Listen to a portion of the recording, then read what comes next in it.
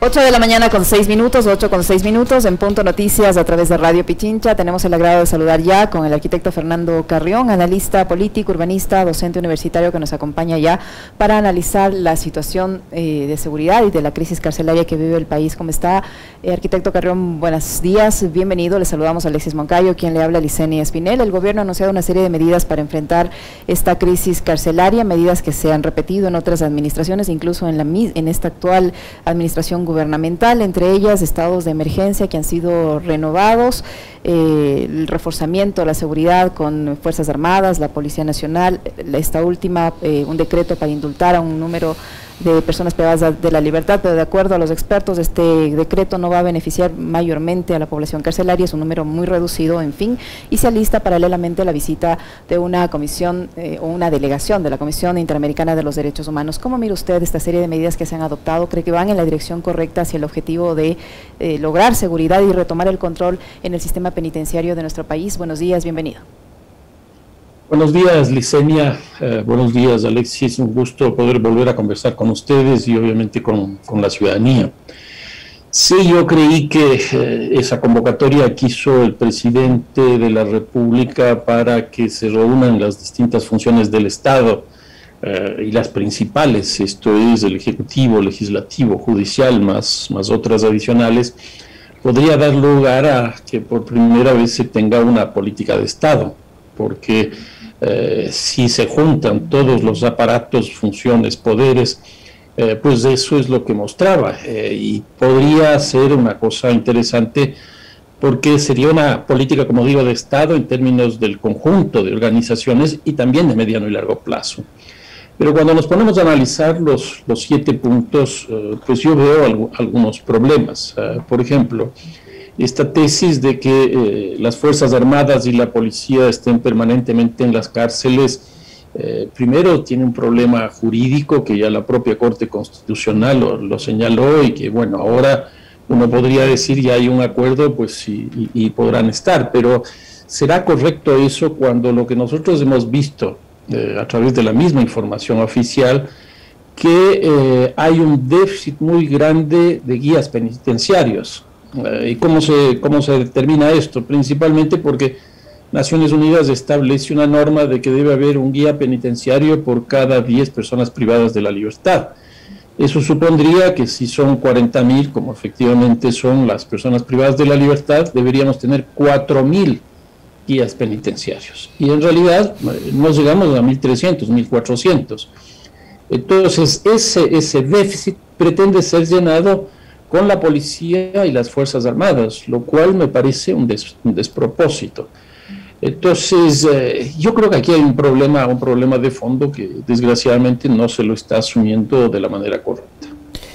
¿Cómo está, arquitecto? Qué gusto saludarle. ¿Ese problema de fondo pasa por la necesidad de que exista un trabajo planificado o únicamente por, digamos, no disponer de los recursos necesarios como para poder cubrir precisamente esas ausencias? Usted bien señalaba, hay apenas 1.400, 1.500 guías para un universo de 40.000 personas privadas de libertad. ¿Eso pasa por no tener planificación o por no destinar los recursos que se necesitan? Yo creo que las dos cosas, ¿no? A mí me parece que este rato hay un problema real y un marco institucional que maneje el sistema carcelario, porque antes se tenía un ministerio, que era el Ministerio de Justicia, donde estaba toda la temática de la reclusión, del sistema carcelario, de la justicia, etcétera, y eso hacía que la administración sea mejor. Ahí había un presupuesto específico. ¿Qué es lo que ocurre? Se elimina el Ministerio de Justicia, se crea este SNAI, y lo que tenemos es una contracción también de los recursos, y una contracción que el año pasado fue francamente dramática. Se tenía simplemente 91 millones de dólares para todo el trabajo en las 52 cárceles y los 40.000 personas privadas de la libertad, lo cual es una cantidad muy pequeña. Y entonces aquí lo que se ve es que ni siquiera la cuestión económica la tienen clara. Hace algunos años salió un estudio muy interesante del BID que señalaba que más o menos el 14% del PIB de América Latina se perdía por la violencia que existía. Ese estudio fue bastante criticado. Entonces yo diría, bueno, no es el 14%, es la mitad, el 7%. Incluso ese es un promedio, y el Ecuador tiene una tasa de violencia más baja que el promedio. Entonces pongamos que no es del 7%, sino es del 3%. Eso significaría que estaría el Ecuador perdiendo 3.000 millones de dólares por el tema de la violencia. Como darle el 10% de eso, es decir, 300 millones de dólares, que es una cantidad muy grande, pues podríamos bajar esos 3.000 millones de dólares y generar mayores ingresos, no solo para el Estado, sino para la sociedad ecuatoriana en general. Entonces, me da la impresión que no se está viendo el tema carcelario desde la perspectiva de la política económica. Y yo creo que una buena política de seguridad ciudadana, entre esas la cárcel, es una buena política económica. Arquitecto Carrión, durante los días posteriores a la última masacre en la penitenciaría del Litoral vimos una serie de declaraciones contradictorias de las personas que en teoría están al frente de liderar o de enfrentar esta situación, como el director del SNAI, el ministro de Defensa, hablando de que tenían ya el control, de que no habían entrado, de que sí lo recuperaron, etcétera. Y posteriormente a eso, todos pudimos escuchar una declaración de uno de los líderes de estas bandas denominado alias Fito. A raíz de esa declaración no ha ocurrido ningún incidente, al menos no se conoce hasta el momento ningún incidente. ¿Quién tiene el control en las cárceles del país? A su criterio, arquitecto Carrión, ¿qué evidencia este tipo de contradicciones de las autoridades que dicen que sí tienen el control y que no, y que luego aparezca este señor líder de la banda, el señor Fito, a decir que insta a pacificar, que insta a estar tranquilos, que agradece por la liberación de su hija y que hace un llamado para la tranquilidad al interior de las cárceles, y resulta que al menos en estos días no ha ocurrido ningún suceso que se pueda comentar? A ver, históricamente lo que nosotros hemos tenido en el sistema carcelario ecuatoriano es una figura social que administraba el interior de las cárceles, que era el denominado caporal. El caporal no era otra cosa más que un líder de un grupo constituido al interior del sistema carcelario, no fuera del sistema carcelario, sino adentro. Porque tenía su gente ahí adentro, porque tenía inteligencia, porque tenía capacidad, porque tenía liderazgo, etcétera, etcétera. Y este caporal era una especie de mediador entre el Estado y la población carcelaria. Pero este caporal manejaba internamente la cárcel y era un manejo de tipo mercantil. En otras palabras, tú te vas a esta cama y eso te cuesta tanto. Tú te vas a esta celda y te cuesta tanto. Tú traes comida de afuera y te cuesta tanto, y así sucesivamente. Entonces, era un mediador entre el adentro y el afuera. ¿Qué es lo que ocurre? Aproximadamente hace unos 4 o 5 años, esto se modifica sustancialmente y ya no es una persona, sino que es una estructura orgánica que viene desde afuera, básicamente articulada con las bandas criminales, con los carteles, las mafias, el nombre que se les quiera poner. Y entonces, en este caso, ya el sistema administrativo o de gobierno o de gestión de las cárceles ya no tiene el control sobre dónde están los presos. En otras palabras, ya no hay la posibilidad de clasificar los presos según los tipos penales con los que han sido juzgados. Y en ese sentido, lo que ocurre es que esa persona que entra, en vínculo con las bandas, establece, por ejemplo, en la cárcel, en la penitenciaría del Litoral, a cuál de los 12 pabellones se va. Y el rato que decide a cuál pabellón se va, queda adscrito o inscrito en una de las organizaciones que controla la penitenciaría del Litoral. Son 12 pabellones y cada pabellón es manejado por una persona que representa a cada uno de estos grupos o bandas criminales. ¿Es lo adecuado, arquitecto, como lo han manifestado las autoridades del gobierno a partir de aquella reunión del lunes anterior, entablar un proceso de diálogo con las bandas que están operando dentro y fuera de las cárceles? ¿Es lo más adecuado, es lo que necesita este momento el país para llegar a ese momento del cual hablan ellos, ¿no? El de la pacificación. ¿Esa es la vía? A mí me parece que esa es una de las vías, no es la única. A mí me parece que esa es una, y creo que es absolutamente necesario entrar en un proceso de negociación, de conversación que conduzca a la pacificación, justamente.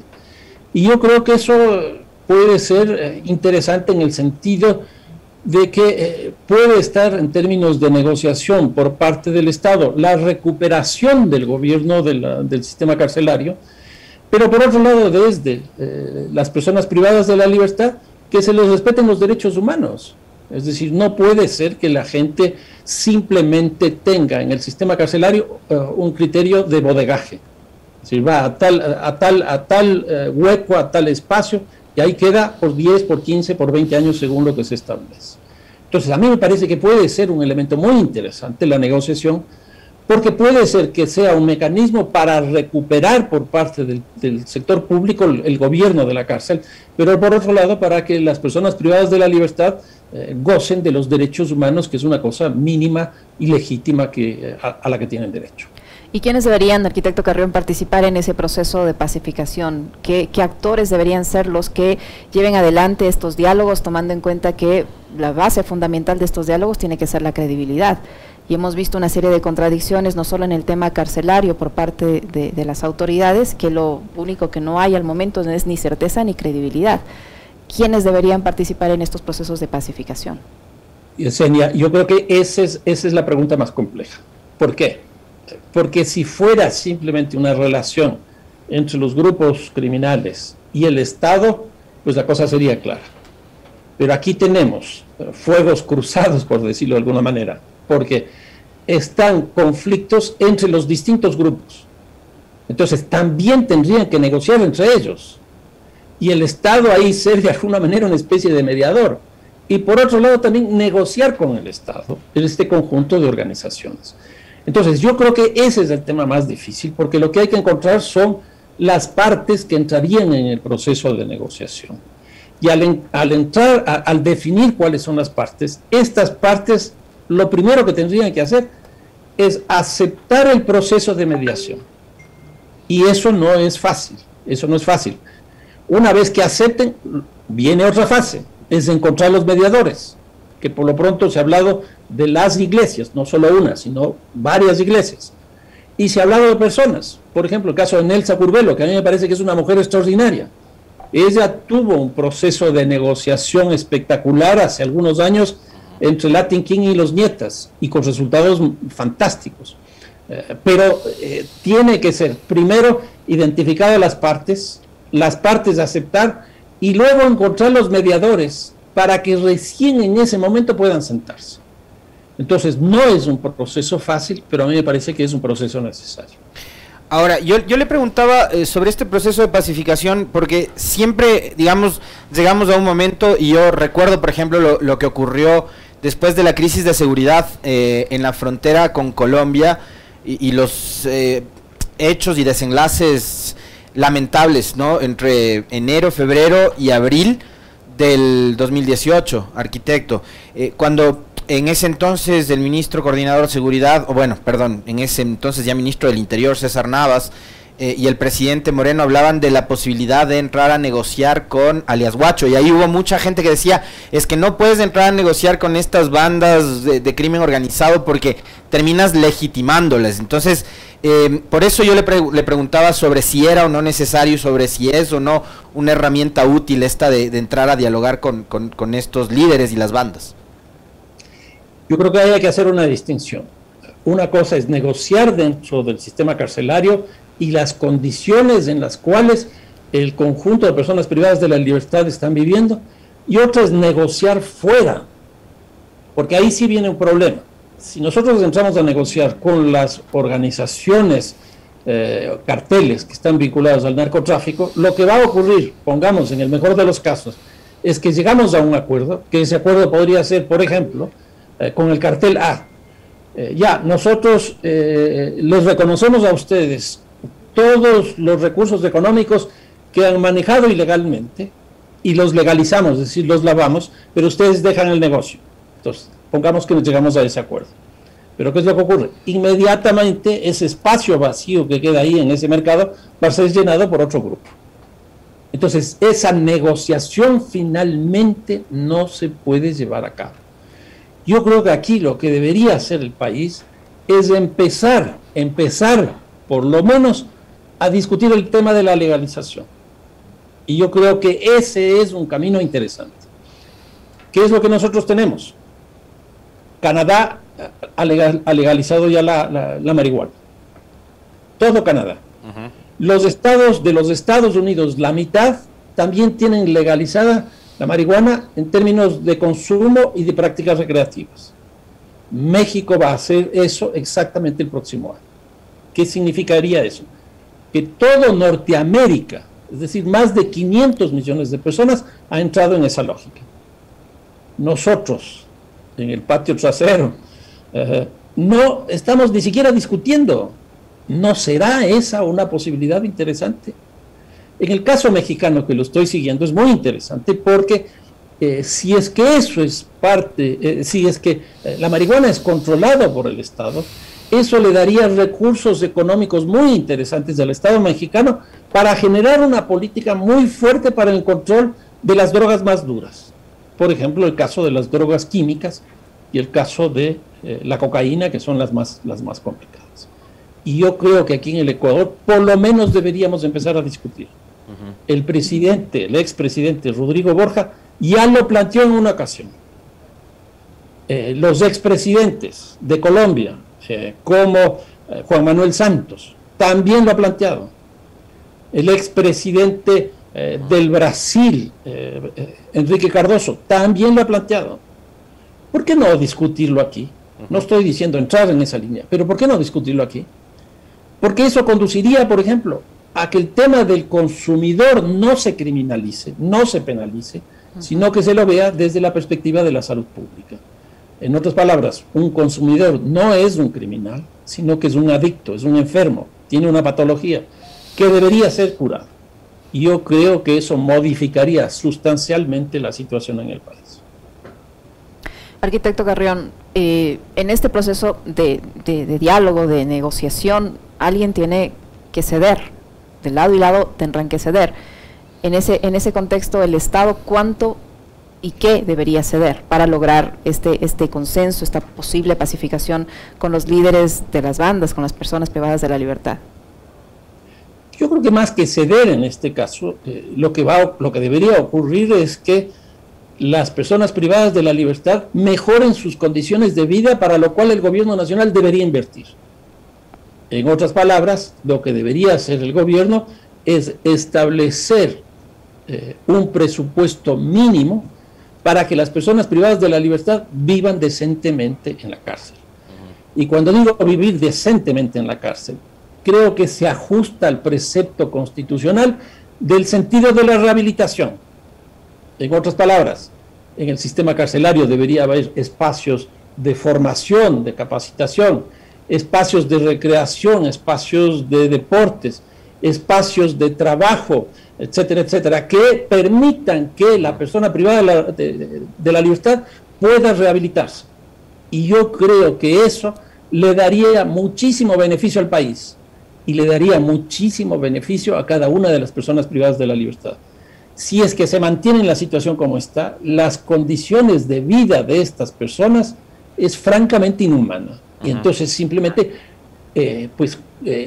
las personas privadas de la libertad tendrían una condición humana muchísimo mejor, se rehabilitarían y la sociedad ecuatoriana en general ganaría de esta situación. Ahora, ¿hay orientación o hay quizás, digamos, alguna señal que nos diga vamos por ese camino, o estamos yendo por el camino securitista? Porque, a ver, si ponemos a una persona como Fausto Cobo, que puede tener toda la mejor formación militar, de inteligencia y lo que sea, pero desde el punto de vista de la seguridad del Estado, porque es formación militar, si pusimos antes al general Moncayo, que era de la policía, o sea, y si seguimos en esa línea securitista y no le damos un toque más enfocado en materia, por ejemplo, de lo que usted citaba, arquitecto, derechos humanos, no hay criminólogos, ni sociólogos, ni antropólogos que le estén asesorando al gobierno. O sea, finalmente terminamos, volteando a ver y tenemos puro militar y puro policía encargándose de un tema que pasa precisamente por otro tipo de aristas que usted las acaba de señalar.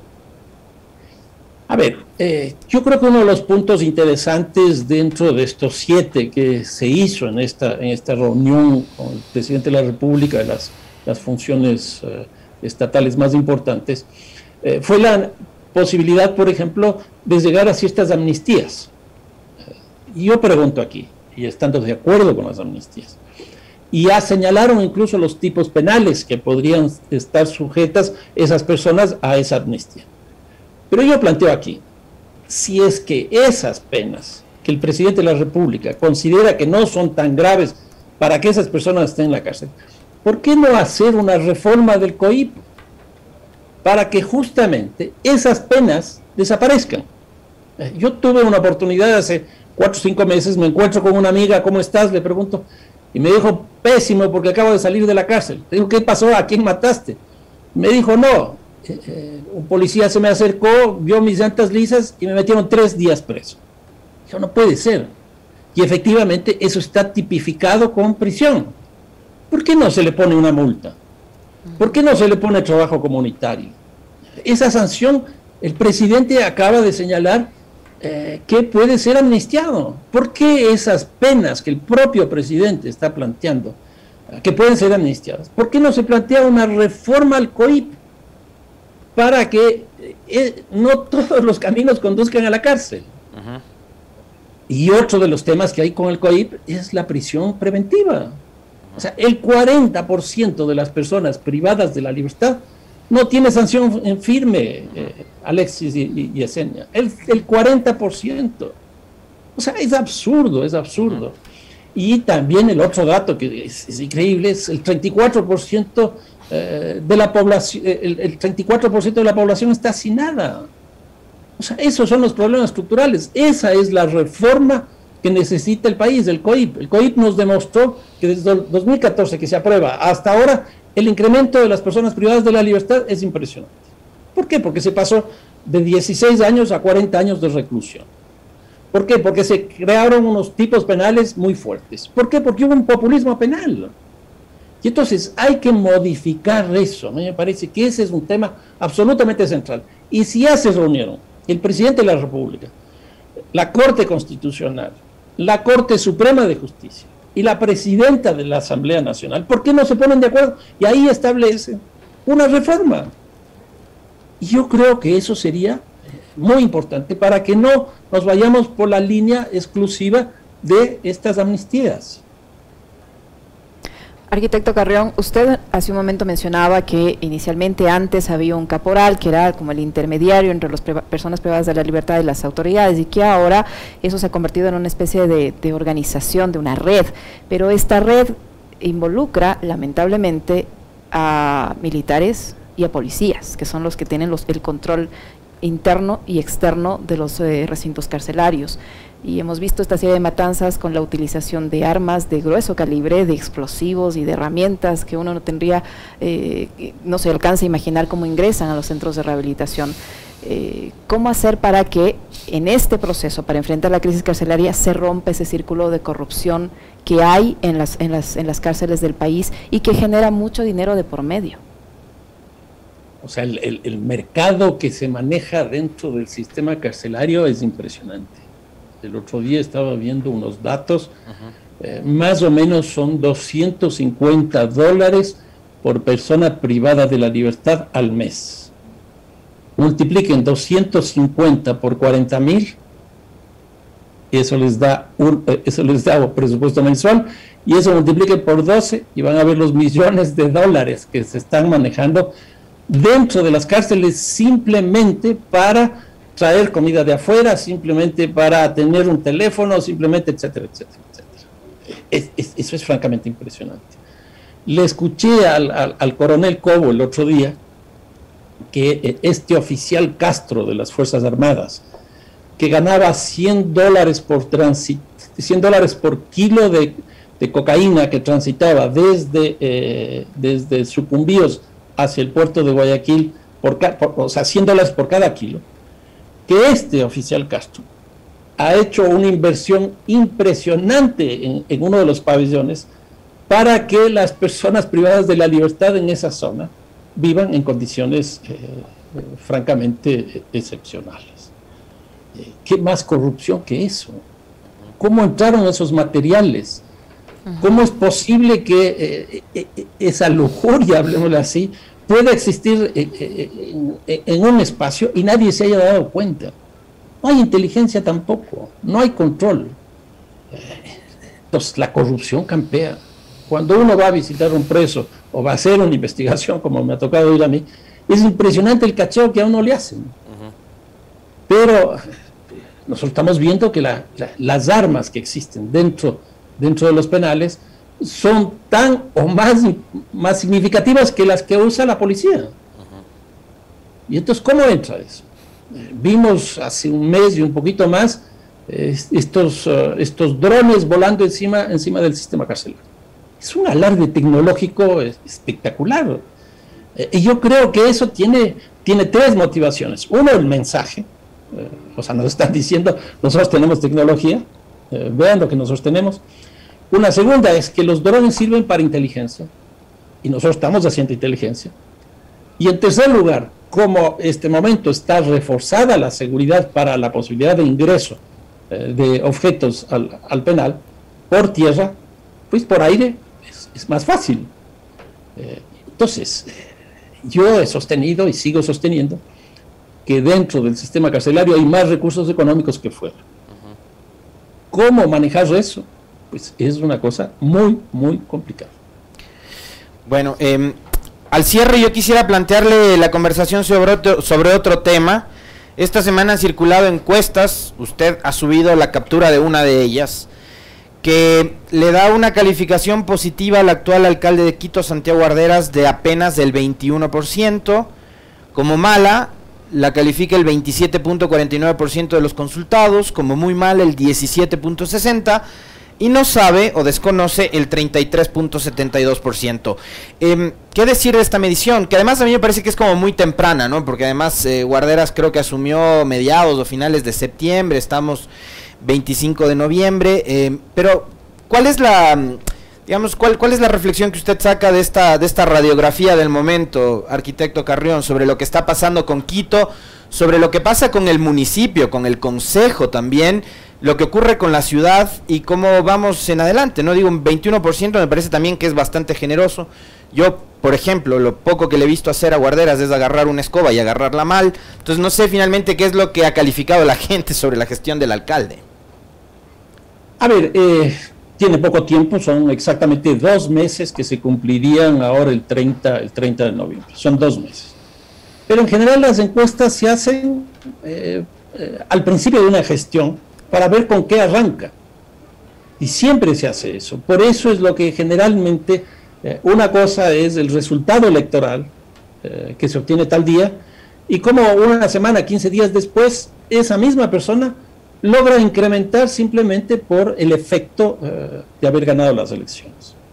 El 21% me parece que es muy bajo, que es la misma cantidad de votos que Jorge Yunda obtuvo en el 2019. Y que es casi la mitad de lo que Jorge Yunda obtuvo cuando salió. Que es una cosa paradójica.